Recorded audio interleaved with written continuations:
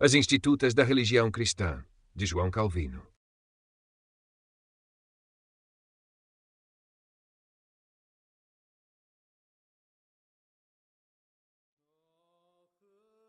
Com igual destreza, eles prosseguem citando outros testemunhos. Deus disse a Jeremias: ainda que Moisés e Samuel estivessem diante de mim, minha mente não poderia estar para este povo. Como dizem eles, poderia ele ter falado assim sobre pessoas falecidas, a menos que soubesse que estavam acostumadas a interceder pelos vivos. Mas eu, ao contrário, deduzo esta conclusão. Uma vez que parece que nem Moisés nem Samuel intercederam pelos israelitas, então não havia intercessão dos mortos. Pois quem dos santos devemos acreditar que se preocupa com a salvação do povo, quando isso deixa de ser o caso com Moisés, que superou todos os outros nesse aspecto enquanto estava vivo?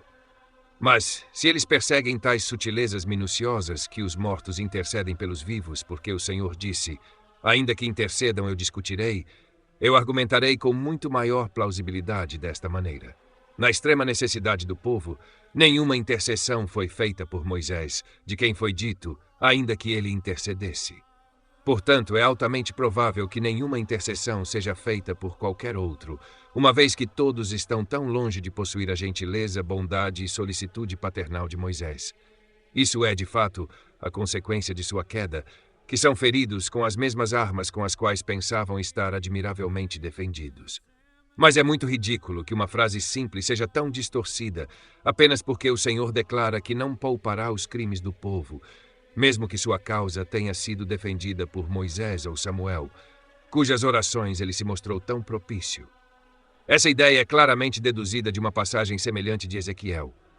Ainda que esses três homens, Noé, Daniel e Jó, estivessem na terra, eles livrariam apenas suas próprias almas por sua justiça, diz o Senhor Deus, onde ele indubitavelmente quis significar que, se dois deles voltassem à vida, o terceiro estaria então vivo, a saber, Daniel, que é bem conhecido por ter dado um exemplo incomparável de sua piedade, mesmo na flor de sua juventude. Deixemos então aqueles que as Escrituras mostram claramente terem terminado seu curso. Portanto, Paulo, ao falar de Davi, não diz que ele assiste à posteridade por suas orações, mas apenas que ele serviu à sua própria geração. Eles ainda objetam: devemos então despojá-los de todo desejo benevolente, aqueles que, ao longo de suas vidas, respiraram apenas benevolência e misericórdia? Verdadeiramente, assim como não desejo investigar muito curiosamente suas ações ou pensamentos, também não é de modo algum provável que eles sejam agitados pelo impulso de desejos particulares, mas sim que, com desejos fixos e permanentes, aspiram ao reino de Deus, que consiste não menos na salvação dos crentes do que na condenação do ímpio. Se isso for verdade, sua caridade também está compreendida dentro da comunhão do corpo de Cristo e se estende não mais do que a natureza dessa comunhão permite. Mas embora eu conceda que nesse aspecto eles orem por nós, ainda assim não renunciam ao seu próprio repouso para se distrair com preocupações terrenas e muito menos devem ser os objetos de nossa invocação. Nem é uma consequência necessária disso que eles devam imitar a conduta dos homens na terra, orando mutuamente uns pelos outros, pois isso contribui para o cultivo da caridade entre eles, enquanto dividem, por assim dizer, entre si e suportam reciprocamente suas necessidades mútuas. E, de fato, agem de acordo com o preceito de Deus e não estão destituídos de sua promessa, que também são sempre os pontos principais na oração. Nenhuma dessas considerações tem relação com os mortos, dos quais, quando o Senhor os removeu de nossa sociedade, ele nos deixou sem comunicação com eles. Nem eles, de fato, na medida em que nossas conjecturas podem alcançar, têm qualquer comunicação conosco. Mas, se alguém argumentar que eles não podem deixar de reter a mesma caridade por nós, uma vez que estão unidos a nós pela mesma fé, quem revelou que eles têm ouvidos longos o suficiente para alcançar nossas vozes e olhos tão perspicazes para vigiar nossas necessidades? Eles falam nas escolas de não sei que referência ao semblante divino, irradiando-os, no qual, como em um espelho, contemplam do céu os assuntos dos homens. Mas afirmar isso, especialmente com a presunção com a qual ousam afirmá-lo, o que é senão uma tentativa dos sonhos enlouquecidos de nossas próprias mentes de penetrar forçosamente nas disposições secretas de Deus, sem a autoridade de sua palavra, e pisotear as Escrituras sob nossos pés, que frequentemente pronunciam que nossa sabedoria carnal é hostil à sabedoria de Deus, condenando totalmente a vaidade de nossa mente e dirigindo toda a nossa razão a ser colocada no pó, e a vontade divina a ser o único objeto de nossa consideração. Os outros testemunhos das Escrituras que eles citam em defesa dessa falsa doutrina distorcem com a maior perversidade. Mas Jacó, dizem eles, ora para que seu próprio nome e o nome de seus pais, Abraão e Isaque, sejam mencionados em sua posteridade.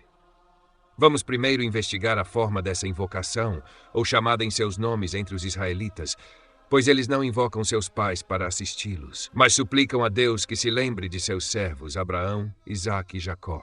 Portanto, seu exemplo não é uma vindicação daqueles que se dirigem aos santos, mas como esses mortais estúpidos não entendem o que é nomear o nome de Jacó, nem por que razão ele deveria ser nomeado, não devemos nos surpreender que eles o façam de maneira tão infantil. Essa fraseologia ocorre mais de uma vez nas Escrituras, pois Isaías diz que o nome do marido é invocado sobre a esposa que vive sob seu cuidado e proteção. Portanto, a invocação do nome de Abraão sobre os israelitas consiste em deduzir sua genealogia dele e reverenciar e celebrar sua memória como seu grande progenitor. Nem Jacó é movido por uma solicitude para perpetuar a celebridade de seu nome, mas por um conhecimento de que toda a felicidade de sua posteridade consistia na herança daquela aliança que Deus fizera com ele. E percebendo que isso seria a maior de todas as bênçãos para eles, ele ora para que sejam contados entre seus filhos, o que é apenas transmitir a eles a sucessão da aliança. Eles, por sua parte, ao introduzirem a menção disso em suas orações, não recorrem às intercessões dos mortos, mas ao Senhor em lembrança de sua aliança, na qual seu Pai mais misericordioso se comprometeu a ser propício e benéfico para com eles por causa de Abraão, Isaque e Jacó. Quão pouco os santos dependem, em qualquer outro sentido, dos méritos de seus pais é evidenciado pela voz pública da Igreja no profeta. Tu és nosso Pai, ainda que Abraão esteja ignorante de nós e Israel não nos reconheça. Tu, ó Senhor, és nosso Pai, nosso Redentor. E quando assim se expressam, acrescentam ao mesmo tempo, ó Senhor, retorna por amor de teus servos, ainda que não interta em um pensamento de qualquer intercessão, mas se referindo à bênção da aliança. Mas agora, uma vez que temos o Senhor Jesus, em cuja mão a eterna aliança de misericórdia não apenas é feita, mas confirmada para nós, de quem devemos pleitear em nossas orações. E uma vez que esses bons doutores sustentam que os patriarcas são representados nessas palavras como intercessores, desejo ser informado por eles porque, em uma tão vasta multidão, nenhum lugar, nem mesmo o mais baixo entre eles, é atribuído a Abraão, o pai da Igreja. De que fonte vil eles derivam seus advogados é bem conhecido. Que eles me respondam, provando que é correto que Abraão, a quem Deus preferiu a todos os outros e elevou ao mais alto grau de honra, seja negligenciado e suprimido. A verdade é que, uma vez que essa prática era desconhecida na Igreja Antiga, pensaram que era apropriado, a fim de ocultar sua novidade, permanecer em silêncio a respeito dos antigos pais, como se a diferença de nomes fosse uma desculpa válida para um costume recente e corrupto. Mas a objeção levantada por alguns de que Deus é implorado para ter misericórdia do povo por causa de Davi está tão longe de apoiar seu erro que é uma refutação decisiva dele. Pois se considerarmos o caráter sustentado por Davi, ele é selecionado de toda a companhia dos santos para que Deus cumprisse a aliança que fez com ele, de modo que se refere à aliança em vez de à pessoa, e contém uma declaração figurativa da única intercessão de Cristo, pois é certo que o que era peculiar a Davi, como sendo um tipo de Cristo, não se aplica a outros. Mas parece que alguns são influenciados pelas frequentes declarações que lemos de que as orações dos santos são ouvidas, e isso é verdade, porque eles oraram. Eles clamaram a ti, diz o salmista, e foram livrados. Confiaram em ti e não foram confundidos. Portanto, que também oremos seguindo seu exemplo, para que possamos obter uma audiência semelhante. Mas esses homens argumentam de forma absurda que ninguém será ouvido, exceto aqueles que já foram ouvidos uma vez.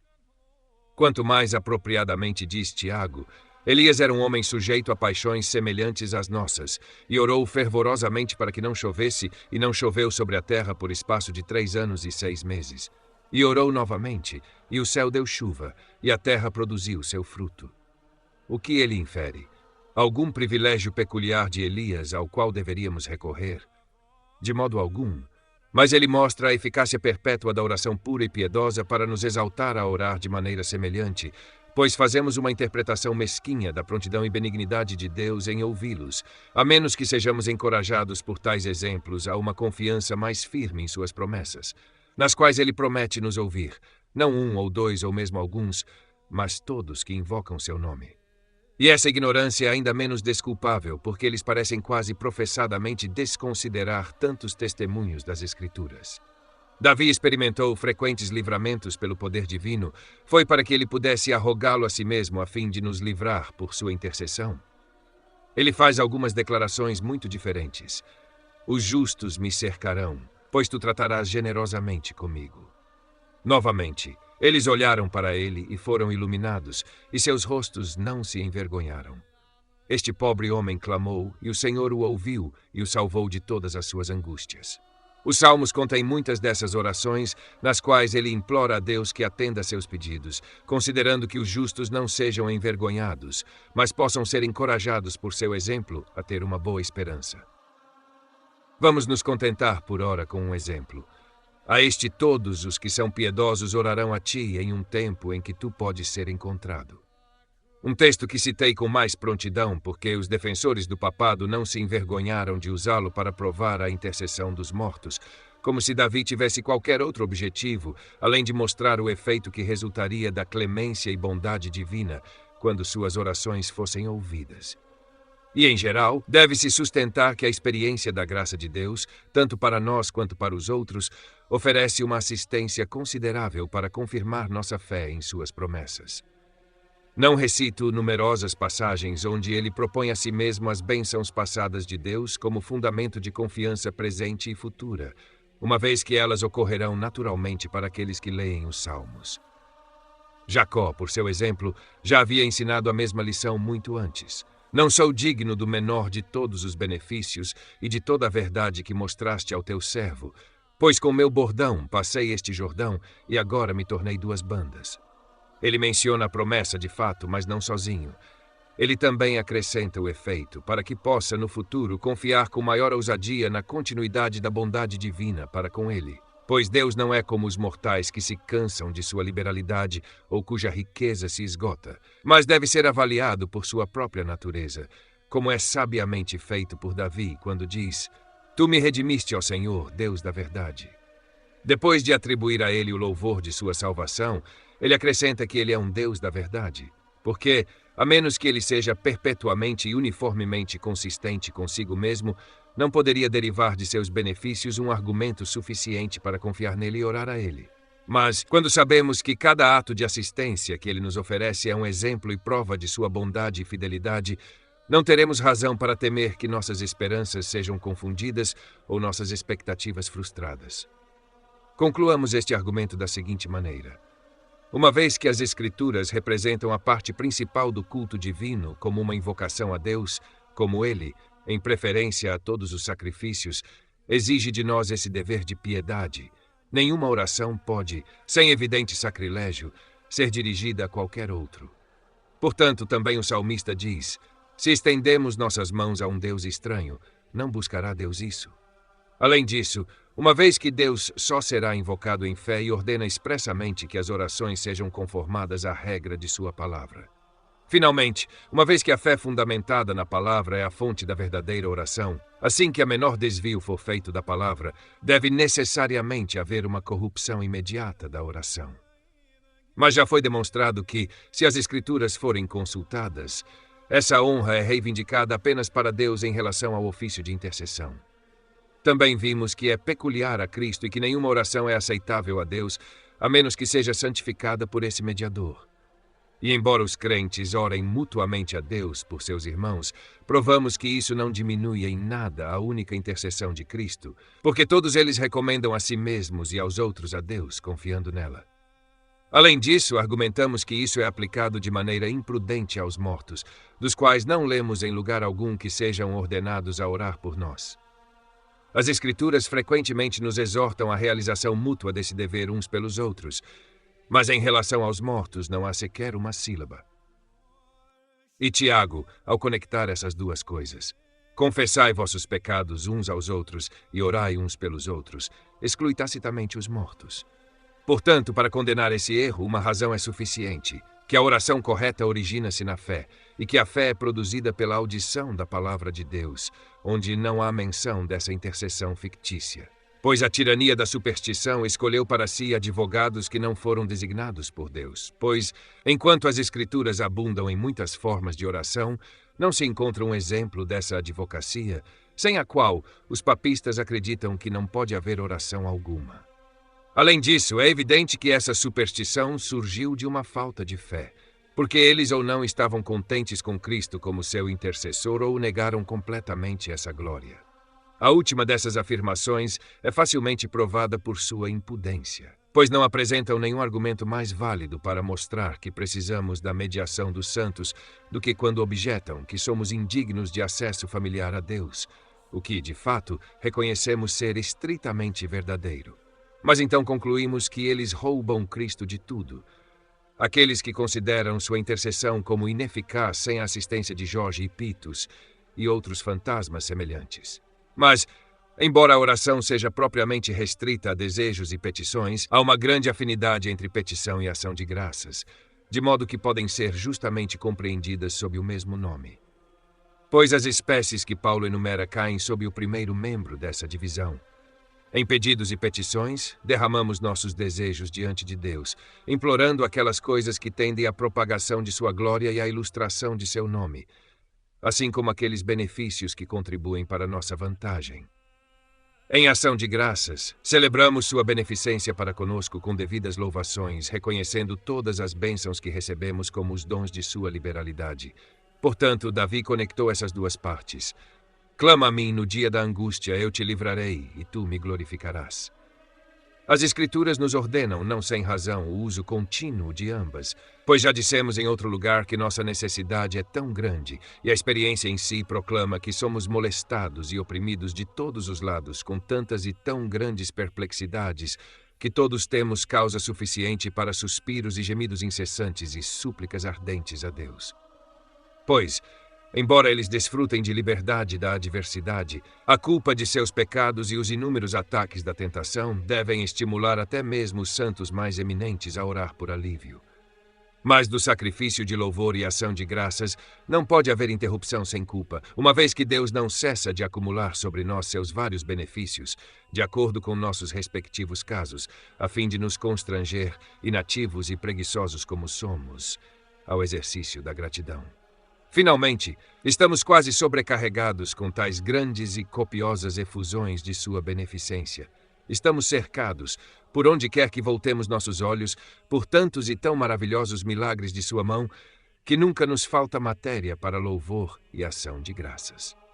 E para ser um pouco mais explícito sobre este ponto, uma vez que todas as nossas esperanças e toda a nossa ajuda estão em Deus, o que já foi suficientemente provado, de modo que não podemos desfrutar de prosperidade, seja em nossas pessoas ou em qualquer um de nossos assuntos, sem sua bênção, cabe a nós recomendar assiduamente a Ele a nós mesmos e todas as nossas preocupações. Além disso, tudo que pensamos, falamos ou fazemos, que todos os nossos pensamentos, palavras e ações estejam sob sua direção, sujeitos à sua vontade e, finalmente, na esperança de sua assistência. Pois a maldição de Deus é denunciada sobre todos que deliberam e decidem sobre qualquer empreendimento, confiando em si mesmos ou em qualquer outro que se envolva ou tente iniciar qualquer empreendimento, independentemente de sua vontade e sem invocar sua ajuda. E, uma vez que já foi observado várias vezes que ele é justamente honrado quando é reconhecido como o autor de todas as bênçãos, segue-se que todas devem ser recebidas de sua mão com ações de graças incessantes, e que não há outro método apropriado de usar os benefícios que fluem de sua bondade, senão por meio de contínuos reconhecimentos de seu louvor e expressões incessantes de nossa gratidão. Pois Paulo, ao declarar que são santificadas pela palavra de Deus e pela oração, ao mesmo tempo implica que não são de modo algum santas e puras para nós sem a palavra e a oração, sendo a palavra usada metonimicamente para denotar a fé. Por isso, Davi, após experimentar a bondade do Senhor, declara lindamente: Ele pôs um novo cântico em minha boca. no qual certamente implica que somos culpados de um silêncio criminoso se omitimos louvá-lo por qualquer benefício. Uma vez que em cada bênção que ele nos concede, ele nos dá uma causa adicional para bendizer seu nome. Assim também Isaías, proclamando a graça ímpar de Deus, exalta os crentes a um cântico novo e incomum, no qual sentido Davi diz, em outro lugar: Ó Senhor, abre meus lábios, e minha boca proclamará teu louvor. Ezequias, assim como Jonas, declara que o fim de sua libertação será cantar a bondade divina no templo. Davi prescreve a mesma regra geral para todos os santos. O que darei ao Senhor por todos os seus benefícios para comigo? Tomarei o cálice da salvação e invocarei o nome do Senhor. E isso é seguido pela igreja em outro salmo. Salva-nos, ó Senhor nosso Deus, para dar graças ao teu santo nome e triunfar em teu louvor. Novamente, ele considerará a oração dos necessitados e não desprezará sua oração. Isso será escrito para a geração vindoura, e o povo que será criado louvará o Senhor, para declarar o nome do Senhor em Sião e seu louvor em Jerusalém. Além disso, sempre que os crentes suplicam ao Senhor para fazer algo por amor de seu nome, como se professam indignos de obter qualquer bênção por conta própria, assim se colocam sob a obrigação de ações de graças e prometem que a beneficência divina produzirá esse efeito apropriado neles, até mesmo para fazê-los celebrar sua fama. Assim, Oséias, falando da futura redenção da igreja, dirige-se ao Senhor: Tira toda a iniquidade e recebe-nos graciosamente, assim renderemos os frutos de nossos lábios. Além disso, as bênçãos divinas não apenas reivindicam os louvores da língua, mas naturalmente conciliam nosso amor. Eu amo o Senhor, diz Davi, porque ele ouviu minha voz e minhas súplicas. Em outro lugar, também enumerando as assistências que experimentou, diz: Eu te amarei, ó Senhor, minha força. Nenhum louvor agradará a Deus, exceto aquele que flui desse ardor de amor. Devemos também lembrar a posição de Paulo, de que todas as petições às quais a ação de graças não está anexada são irregulares e falhas, pois assim ele fala: Em tudo, pela oração e súplica, com ação de graças, sejam conhecidas as vossas petições diante de Deus. Pois, uma vez que a tristeza, o cansaço, a impaciência, a dor pungente e o medo impelam muitos a murmurar petições, ele ordena tal regulação das afeições que os crentes possam alegremente bendizer a Deus, mesmo antes de terem obtido seus pedidos. Se essa conexão deve existir em circunstâncias aparentemente adversas, Deus nos impõe uma obrigação ainda mais sagrada de cantar seus louvores sempre que ele concede o gozo de nossos desejos. Mas, como afirmamos, que nossas orações, que de outra forma teriam sido contaminadas, são consagradas pela intercessão de Cristo. Assim o apóstolo, ao nos exaltar por Cristo a oferecer o sacrifício de louvor, nos admoesta que nossos lábios não são suficientemente puros para celebrar o nome de Deus sem a intervenção do sacerdócio de Cristo. Daí inferimos quão prodigiosa deve ser a fascinação dos papistas, a maioria dos quais se espanta que Cristo seja chamado de advogado. Esta é a razão pela qual Paulo nos dirige a orar sem cessar e em tudo dar graças, porque deseja que todos os homens, com toda a possível assiduidade, em todo tempo, em todo lugar e em todas as circunstâncias e assuntos, dirijam suas orações a Deus, esperando tudo dele e atribuindo a ele o louvor de tudo, uma vez que ele nos oferece matéria perpétua de oração e louvor. Mas essa diligência na oração, embora respeite principalmente as devoções particulares e privadas de cada indivíduo, tem, não obstante, alguma referência também às orações públicas da Igreja. Mas estas não podem ser incessantes, nem devem ser conduzidas de outra forma que não de acordo com a política que é designada pelo consentimento comum. Isso, de fato, eu confesso, pois também certas horas são fixadas e prescritas, embora indiferentes para Deus, ainda assim necessárias para os costumes dos homens, para que o benefício de todos possa ser considerado e todos os assuntos da Igreja sejam administrados de acordo com a direção de Paulo, decentemente e em ordem. Mas isso, de forma alguma, impede que seja dever de cada igreja frequentemente estimular-se a uma maior frequência de oração e também ser inflamados com mais ardente devoção sob a pressão de qualquer necessidade incomumente grande. Mas o lugar para falar sobre a perseverança, que está quase aliada à diligência incessante, será mais adiante. Além disso, essas coisas não oferecem encorajamento a essas repetições vãs que Cristo escolheu interdir-nos, pois ele não nos proíbe orar longamente ou frequentemente ou com grande fervor de afeto. mas proíbe-nos de confiar em nossa capacidade de extorquir qualquer coisa de Deus, atordoando seus ouvidos com loquacidade vazia, como se ele pudesse ser influenciado pela arte da persuasão humana. Pois sabemos que os hipócritas, que não consideram que estão lidando com Deus, são tão pomposos em suas orações quanto em um triunfo. Pois aquele fariseu que agradeceu a Deus por não ser como os outros homens, sem dúvida sua palavra. Finalmente, uma vez que a fé fundamentada na palavra é a fonte da verdadeira oração, assim que a menor desvio for feito da palavra, deve necessariamente haver uma corrupção imediata da oração. Mas já foi demonstrado que, se as Escrituras forem consultadas, essa honra é reivindicada apenas para Deus em relação ao ofício de intercessão. Também vimos que é peculiar a Cristo e que nenhuma oração é aceitável a Deus, a menos que seja santificada por esse mediador. E embora os crentes orem mutuamente a Deus por seus irmãos, provamos que isso não diminui em nada a única intercessão de Cristo, porque todos eles recomendam a si mesmos e aos outros a Deus, confiando nela. Além disso, argumentamos que isso é aplicado de maneira imprudente aos mortos, dos quais não lemos em lugar algum que sejam ordenados a orar por nós. As Escrituras frequentemente nos exortam à realização mútua desse dever uns pelos outros, mas em relação aos mortos não há sequer uma sílaba. E Tiago, ao conectar essas duas coisas, confessai vossos pecados uns aos outros e orai uns pelos outros, exclui tacitamente os mortos. Portanto, para condenar esse erro, uma razão é suficiente: que a oração correta origina-se na fé e que a fé é produzida pela audição da palavra de Deus, onde não há menção dessa intercessão fictícia. Pois a tirania da superstição escolheu para si advogados que não foram designados por Deus. Pois, enquanto as Escrituras abundam em muitas formas de oração, não se encontram um exemplo dessa advocacia, sem a qual os papistas acreditam que não pode haver oração alguma. Além disso, é evidente que essa superstição surgiu de uma falta de fé, porque eles ou não estavam contentes com Cristo como seu intercessor, ou negaram completamente essa glória. A última dessas afirmações é facilmente provada por sua impudência, pois não apresentam nenhum argumento mais válido para mostrar que precisamos da mediação dos santos do que quando objetam que somos indignos de acesso familiar a Deus, o que, de fato, reconhecemos ser estritamente verdadeiro.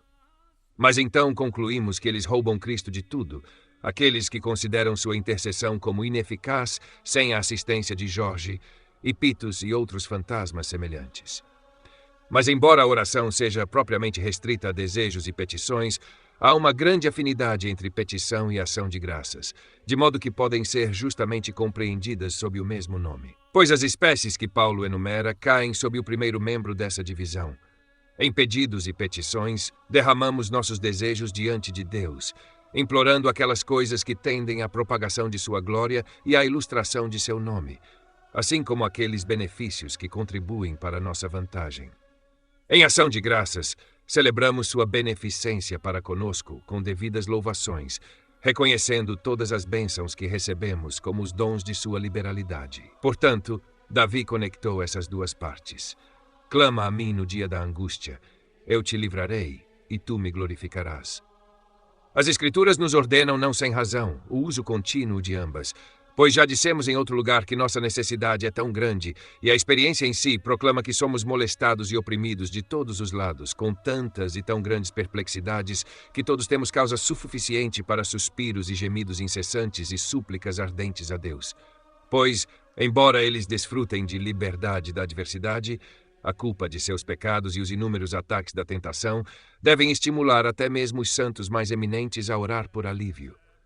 Mas do sacrifício de louvor e ação de graças não pode haver interrupção sem culpa, uma vez que Deus não cessa de acumular sobre nós seus vários benefícios, de acordo com nossos respectivos casos, a fim de nos constranger inativos e preguiçosos como somos, ao exercício da gratidão. Finalmente, estamos quase sobrecarregados com tais grandes e copiosas efusões de sua beneficência. Estamos cercados, por onde quer que voltemos nossos olhos, por tantos e tão maravilhosos milagres de sua mão que nunca nos falta matéria para louvor e ação de graças. E para ser um pouco mais explícito sobre este ponto, uma vez que todas as nossas esperanças e toda a nossa ajuda estão em Deus, o que já foi suficientemente provado, de modo que não podemos desfrutar de prosperidade, seja em nossas pessoas ou em qualquer um de nossos assuntos, sem sua bênção. Cabe a nós recomendar assiduamente a Ele a nós mesmos e todas as nossas preocupações. Além disso, tudo o que pensamos, falamos ou fazemos, que todos os nossos pensamentos, palavras e ações estejam sob sua direção, sujeitos à sua vontade e, finalmente, na esperança de sua assistência, pois a maldição de Deus é denunciada sobre todos que deliberam e decidem sobre qualquer empreendimento, confiando em si mesmos ou em qualquer outro que se envolva ou tente iniciar qualquer empreendimento. Recessos secretos do coração. Se este for o uso legítimo dos templos, como certamente é, há necessidade de grande cautela, para que não consideremos os templos como as habitações apropriadas da divindade, onde ele pode estar mais próximo de nós para ouvir nossas orações. Uma ideia que começou a prevalecer há várias idades, ou atribuir a eles, não sei que tipo de santidade misteriosa que poderia ser suposta para tornar nossas devoções mais sagradas aos olhos do divino. Pois uma vez que nós mesmos somos os verdadeiros templos de Deus, devemos orar dentro de nós mesmos se quisermos invocá-lo em seu santo templo. Mas deixemos nós, que somos dirigidos a adorar o Senhor em espírito e em verdade, sem qualquer diferença de lugar, abandonar essas ideias grosseiras de religião para os judeus ou pagãos. De fato, antigamente havia um templo dedicado por comando divino à oblação de orações e sacrifícios. Naquela época, a verdade estava figurativamente oculta sob tais sombras, mas agora, tendo sido claramente descoberta para nós, não permite mais um apego exclusivo a qualquer templo material. Nem de fato foi o templo recomendado aos judeus para que pudessem enclausurar a presença divina dentro de suas paredes, mas para que pudessem se empregar em contemplar uma representação do verdadeiro templo. Portanto, Isaías e Estevão reprovaram severamente aqueles que supõem que Deus habita de alguma forma em templos feitos por mãos humanas. Daí é também claramente evidente que nem a voz nem o canto, se usados na oração, têm qualquer validade ou produzem o menor benefício com Deus, a menos que procedam do desejo mais íntimo do coração. Mas, ao contrário, provocam sua ira contra nós se forem emitidos apenas dos lábios e da garganta, uma vez que isso é um abuso de seu nome sagrado e uma zombaria de sua majestade, como concluímos das palavras de Isaías, que, embora seu significado seja mais extenso, contém também uma reprovação dessa ofensa.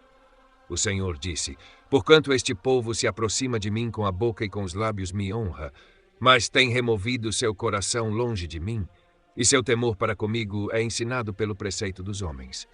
Portanto, eis que prosseguirei a fazer uma obra maravilhosa entre este povo, uma obra maravilhosa e um prodígio, pois a sabedoria de seus sábios perecerá, e a compreensão de seus prudentes se esconderá. Não condenamos aqui o uso da voz ou do canto, mas ao contrário os recomendamos altamente, desde que acompanhem a afeição do coração, pois exercitam a mente na meditação divina e fixam a atenção do coração, que por sua lubricidade e versatilidade se relaxa e distrai para uma variedade de objetos, a menos que seja sustentada por vários auxílios. Além disso, como a glória de Deus deve, em certo aspecto, ser manifestada em cada parte de nossos corpos, para este serviço, tanto no canto quanto na fala, convém especialmente dedicar e consagrar nossas línguas, que foram criadas para o propósito expresso de declarar e celebrar os louvores divinos. No entanto, o uso principal da língua está nas orações públicas que são feitas nas congregações de crentes, cujo objetivo é que com uma voz comum e, por assim dizer, com a mesma boca, possamos todos, ao mesmo tempo, proclamar a glória de Deus, a quem adoramos em um só espírito e com a mesma fé. E isso é feito publicamente para que todos, mutuamente, cada um de seus irmãos, possa receber a confissão de fé e ser convidado e estimulado por seu exemplo. Agora, o costume de cantar nas igrejas para falar a respeito não apenas parece ser muito antigo, mas que foi até mesmo usado pelos apóstolos, pode ser concluído a partir dessas palavras de Paulo: cantarei com o espírito e cantarei com a compreensão também. Novamente aos Colossenses, ensinando e admoestando uns aos outros em salmos, hinos e canções espirituais, cantando com graça em seus corações ao Senhor. Pois no primeiro trecho, ele inculca cantar com a voz e com o coração, e no último, recomenda canções espirituais que podem contribuir para a edificação mútua dos santos.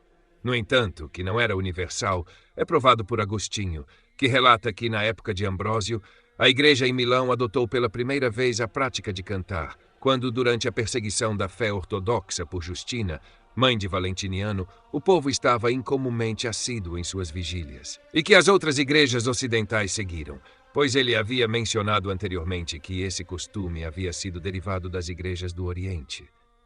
Ele também indica, no segundo livro de suas retratações, que em seu tempo era recebido na África.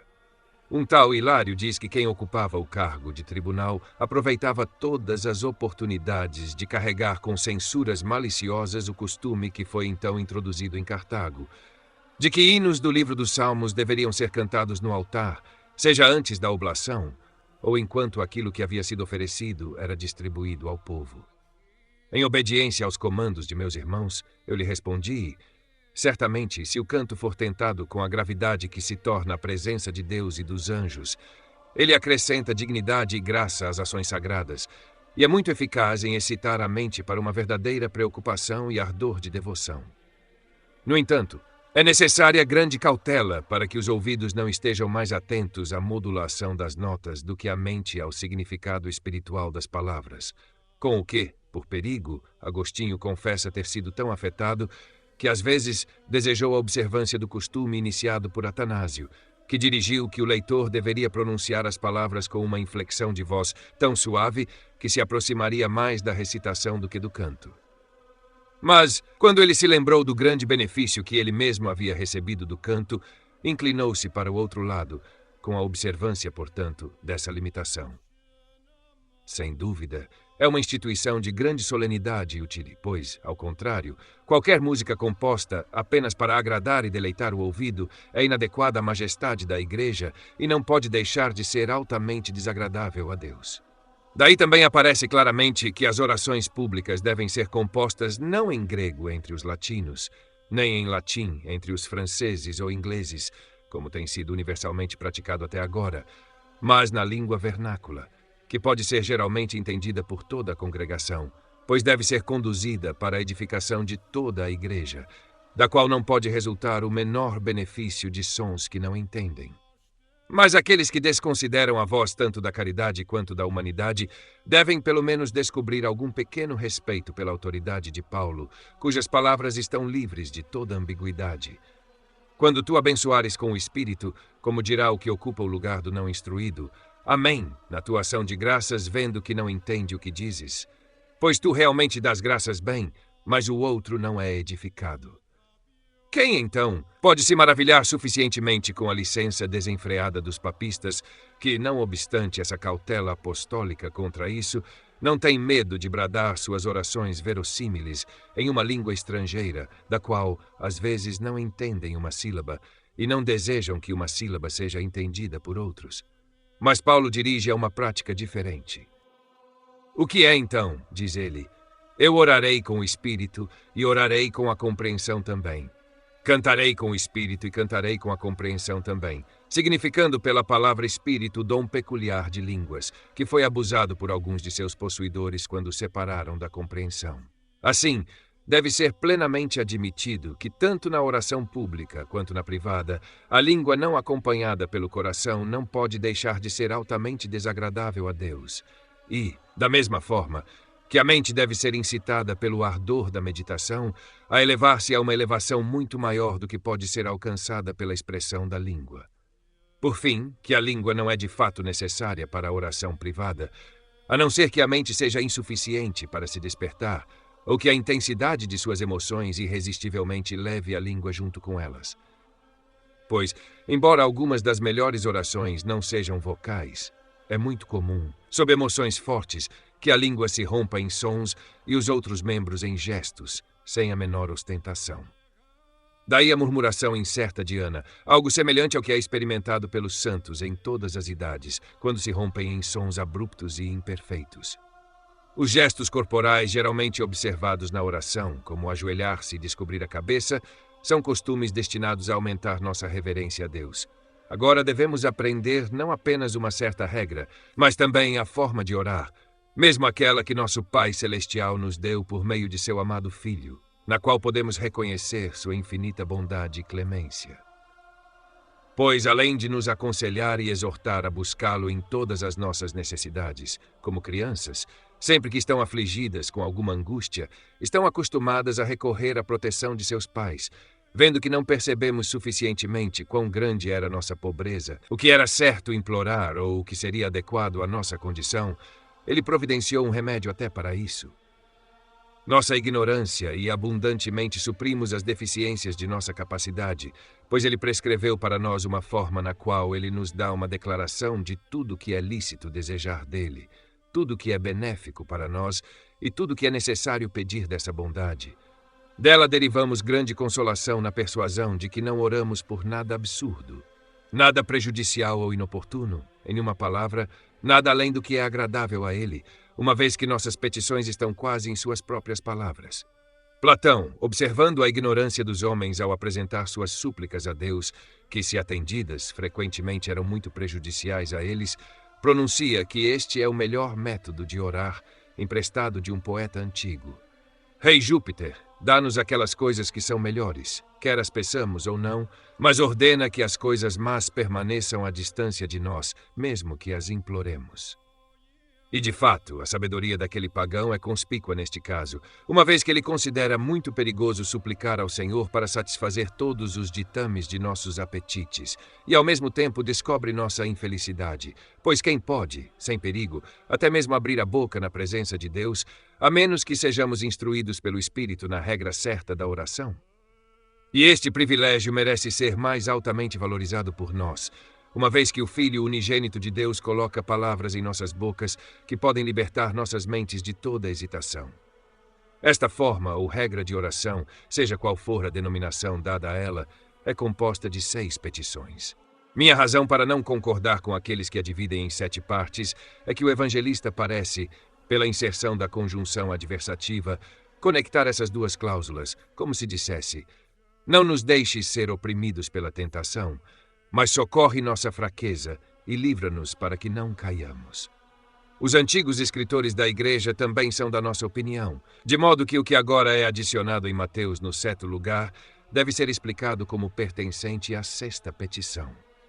Agora, embora toda oração seja tal que em cada parte dela o principal cuidado deve ser dado à glória de Deus, ainda assim, as 3 primeiras petições são particularmente dedicadas a isso, e a isso sozinhas devemos nos atentar, sem qualquer consideração de nosso próprio interesse. As 3 restantes dizem respeito a nós mesmos e são expressamente atribuídas às súplicas por aquelas coisas que tendem ao nosso benefício, como quando oramos para que o nome de Deus seja santificado, uma vez que ele escolhe provar se nosso amor e adoração a ele são voluntários ou ditados por motivos mercenários. Devemos então pensar em nada de nosso próprio interesse, mas sua glória deve ser proposta como único objeto de nossa atenção fixa. Nem é lícito que sejamos afetados de maneira diferente em outras petições dessa classe, e isso de fato contribui para nosso grande benefício, porque quando o nome divino é santificado como oramos, ele se torna também nossa santificação. Mas nossos olhos devem ignorar e ser, por assim dizer, cegos a tal vantagem, de modo a não prestar a menor atenção a isso. E mesmo que fôssemos privados de toda esperança de benefício privado, ainda assim essa santificação e as outras coisas que dizem respeito à glória de Deus devem ser os objetos de nossos desejos e de nossas orações. Isso é conspícuo nos exemplos de Moisés e Paulo, que sentiram prazer em desviar suas mentes e olhos de si mesmos e em orar com veemência e ardente zelo por sua própria destruição, para que pudessem promover o reino e a glória de Deus, mesmo à custa de sua própria felicidade.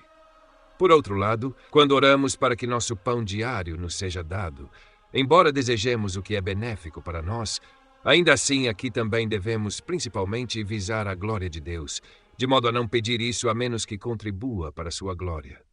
Agora vamos tentar uma explicação da própria oração. Pai nosso que estás nos céus, etc. A primeira ideia que ocorre é o que já afirmamos antes, que nunca devemos apresentar uma oração a Deus, exceto em nome de Cristo, uma vez que nenhum outro nome pode recomendá-la ao seu respeito.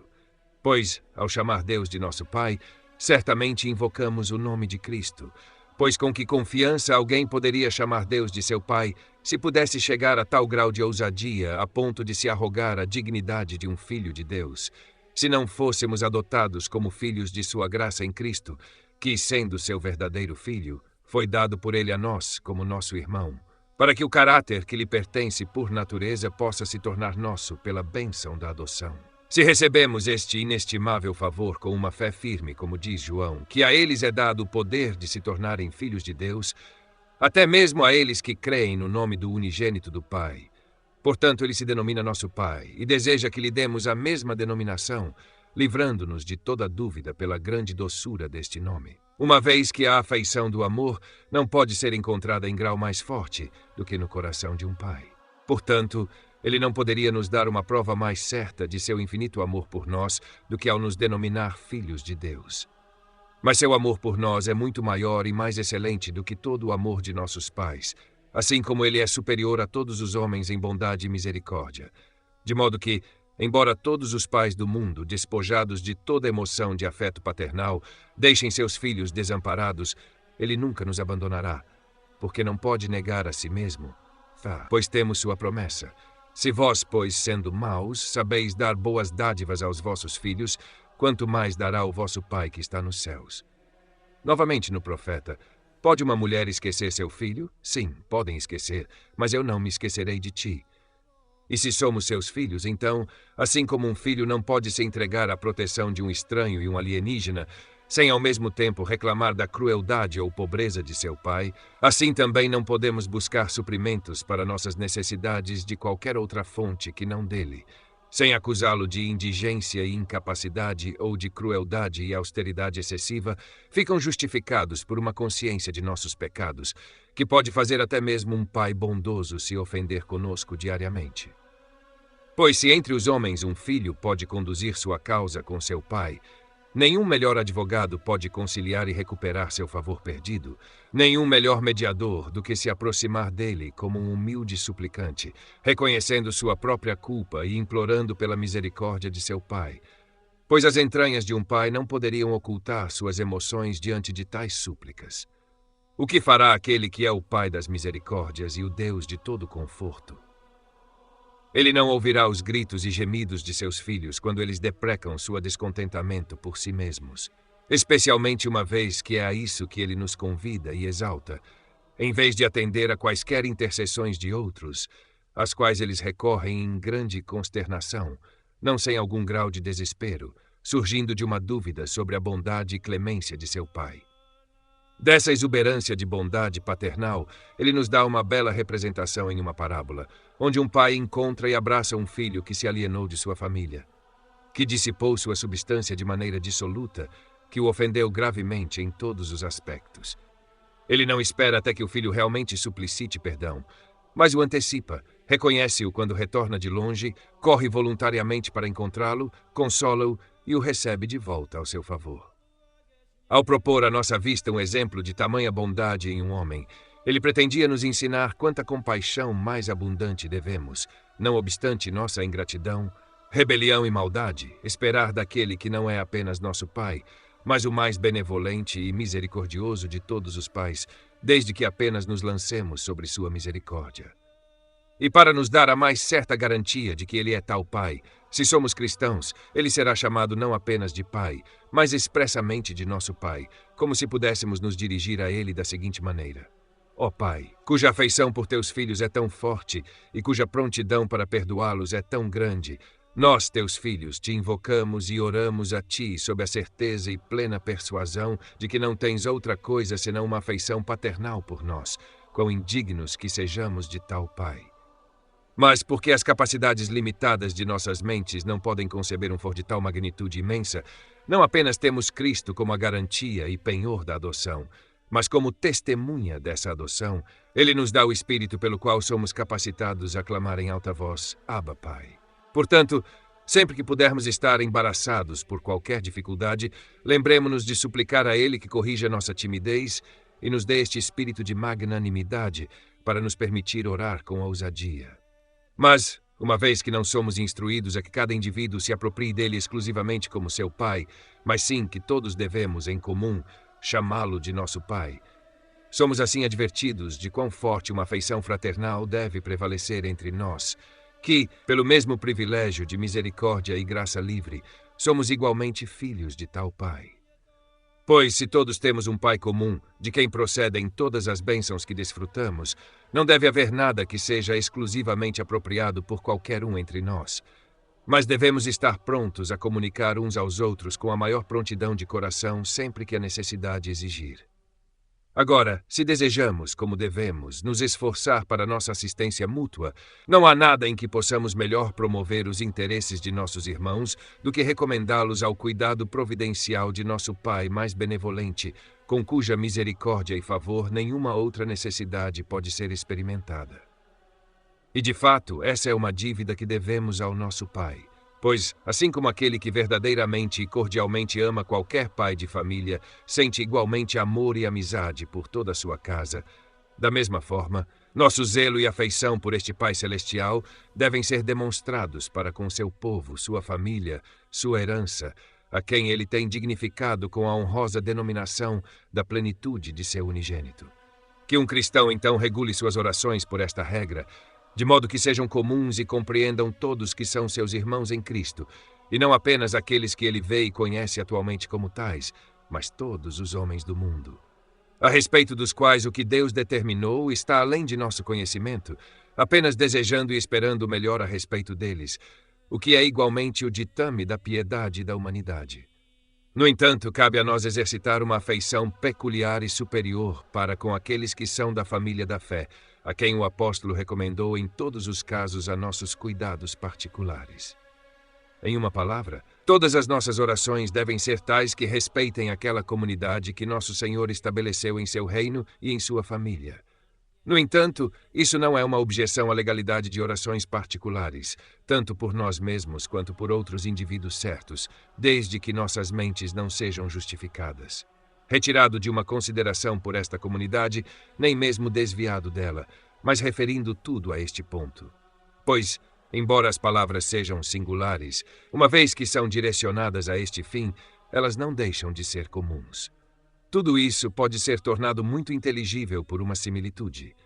Deus deu um comando geral para aliviar as necessidades de todos os pobres, e ainda assim isso é obedecido por aqueles que, para esse fim, socorrem a indigência daqueles que conhecem ou veem estar sofrendo com a pobreza, mesmo que passem por multidões que estão oprimidas por necessidades igualmente severas, porque nem seu conhecimento nem sua capacidade podem se estender a todos. Da mesma forma, nenhuma oposição é feita à vontade divina por aqueles que, considerando esta sociedade comum da Igreja, apresentam tais orações particulares, nas quais, com um espírito público, mas em termos particulares, recomendam a si mesmos ou a outros cuja necessidade ele colocou dentro de seu conhecimento mais imediato. No entanto, não há uma perfeita semelhança em todos os aspectos entre oração e doação de esmolas, pois a generosidade não pode ser exercida senão em relação àqueles cujas necessidades conhecemos, mas podemos ajudar por nossas orações até mesmo os maiores estranhos e aqueles com quem estamos mais desconhecidos, por mais distantes que possam estar de nós. Isso é feito por meio daquela forma geral de oração que compreende todos os filhos de Deus, entre os quais eles também estão incluídos. A isso pode ser referida a exortação que Paulo dá aos crentes de sua época, que os homens orem em toda parte, levantando mãos santas, sem ira, porque ao adverti-los de que a discórdia fecha a porta contra as orações, ele os aconselha a unir todas as suas petições. É acrescentado que ele está no céu, do que não se deve inferir apressadamente que ele está incluído e circunscrito dentro da circunferência do céu, como por certas barreiras, pois Salomão confessa que o céu dos céus não pode contê-lo, e ele mesmo diz pelo profeta: o céu é o meu trono e a terra é o meu estrado, pelo que ele claramente significa que não está limitado a nenhuma região particular, mas se difunde por todo o espaço. Mas, porque a dureza de nossas mentes não poderia conceber de outra forma sua glória inefável, é designado para nós pelo céu, do qual não podemos contemplar nada mais augusto ou mais majestoso. Assim, onde quer que nossos sentidos apreendam algo, eles estão acostumados a fixá-lo. Deus é representado como além de todo lugar, para que, quando o buscamos, possamos ser elevados acima de todo alcance, tanto do corpo quanto da alma. Além disso, por essa forma de expressão, ele está acima de toda possibilidade de corrupção ou mutação. Finalmente, é significada a ideia de que ele compreende e contém o mundo inteiro e governa o universo por seu poder.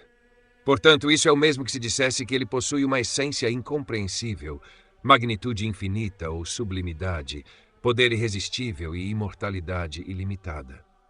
Mas, quando ouvimos isso, nossos pensamentos devem ser elevados a uma elevação mais alta quando Deus é mencionado, para que não tenhamos imaginações terrestres ou carnais a seu respeito, para que não o mediamos por nossas proporções diminutas ou julgamos sua vontade por nossas afeições. Devemos também ser encorajados a colocar a mais implícita confiança nele, por cuja providência e poder entendemos que tanto o céu quanto a terra são governados. Para concluir, sob o nome de nosso Pai, é representado para nós aquele Deus que nos apareceu em sua própria imagem, para que possamos invocá-lo com uma fé firme e a familiar denominação de Pai, que não só é adaptada para produzir confiança, mas também é eficaz para evitar que nossas mentes sejam seduzidas a deuses duvidosos ou fictícios e para fazê-las ascender do unigênito ao Pai comum dos anjos e dos santos. Além disso, quando seu trono é colocado no céu, somos lembrados por seu governo do mundo de que não é em vão que nos aproximamos dele, que nos faz objetos de seu cuidado presente para estar na presente era, e, portanto, a necessidade desta petição, que se fôssemos influenciados apenas por um grau tolerável de piedade, deveria ser supérflua. Mas se o nome de Deus for verdadeiramente santificado, quando separado de todos os outros, ele exala pura glória. Aqui somos ordenados a orar não apenas para que Deus defenda seu santo nome de todo desprezo e ignomínia, mas também para que ele constranja toda a humanidade a reverenciá-lo. Agora, como Deus se manifesta a nós, em parte por sua palavra e em parte por suas obras, ele não é santificado por nós de outra forma, senão se atribuirmos a ele, em ambos os casos, aquilo que lhe pertence e assim recebermos tudo o que procede dele, atribuindo, além disso, igual louvor à sua severidade e à sua clemência. Uma vez que na multiplicidade e variedade de suas obras ele imprimiu caracteres de sua glória que devem provocar de toda língua uma confissão de seu louvor. Assim, as Escrituras obterão uma justa autoridade conosco. Nem qualquer evento obstruirá as bênçãos que Deus merece em todo o curso de seu governo do mundo. A tendência da petição é ainda que toda a impiedade que mancha este santo nome possa ser completamente abolida, que tudo que obscurece ou diminui esta santificação, seja atração ou zombaria, possa desaparecer, e que enquanto Deus restringe todo o sacrilégio, sua majestade possa brilhar com esplendor crescente. A segunda petição é que o reino de Deus venha, o que, embora não contenha nada de novo, não é sem razão distinguido da primeira, porque, se considerarmos nossa falta de atenção nas questões mais importantes de todas, é útil que aquilo que deveria, por si só, ter sido mais intimamente conhecido por nós, seja inculcado em uma variedade de palavras. Portanto, depois de termos sido ordenados a orar a Deus para submeter e, finalmente, destruir completamente tudo que mancha seu santo nome, agora é acrescentada outra petição semelhante e quase idêntica, que seu reino venha. Agora, embora já tenhamos dado uma definição deste reino, repito brevemente que Deus reina quando os homens, renunciando a si mesmos e desprezando o mundo e o estado presente, se submetem à sua justiça, de modo a aspirar ao estado celestial. Assim, este reino consiste em duas partes. A primeira, Deus corrigindo pelo poder de seu Espírito todos os nossos apetites carnais e depravados que se opõem a ele em grande número. A outra, ele formando todos os nossos poderes para uma obediência a seus mandamentos. Portanto, não observam uma ordem adequada nesta petição, mas aqueles que começam de si mesmos, ou seja, que possam ser purificados de todas as corrupções que perturbam a tranquilidade ou violam a pureza do reino de Deus. Agora, uma vez que a palavra divina se assemelha a um cetro real, somos ordenados a orar para que ele submeta os corações e mentes de todos os homens a uma obediência voluntária a ela. Isso é realizado quando, pela inspiração secreta de seu Espírito, ele demonstra a eficácia de sua palavra e faz com que ela obtenha a honra que merece. Depois é nosso dever descer aos ímpios, por quem sua autoridade é resistida com a perseverança da obstinação e a fúria do desespero. Deus, portanto, ergue seu reino sobre a humilhação de todo o mundo, embora seus métodos de humilhação sejam variados, pois ele restringe as paixões de alguns e quebra a arrogância indomada de outros. Deve ser o objeto de nossos desejos diários, que Deus colete igrejas para si de todos os países do mundo, que Ele amplie seus números, os enriqueça com dons e estabeleça uma ordem legítima entre eles. Que, ao contrário, Ele derrube todos os inimigos da pura doutrina e religião, que confunda seus conselhos e derrote suas tentativas. Daí aparece que o desejo de um progresso diário não é imposto a nós, porque os assuntos humanos nunca estão em uma situação tão feliz que toda a contaminação do pecado seja removida e a pureza possa ser vista em plena perfeição. Essa perfeição é adiada até a última vinda de Cristo, quando o apóstolo diz que Deus será tudo em todos.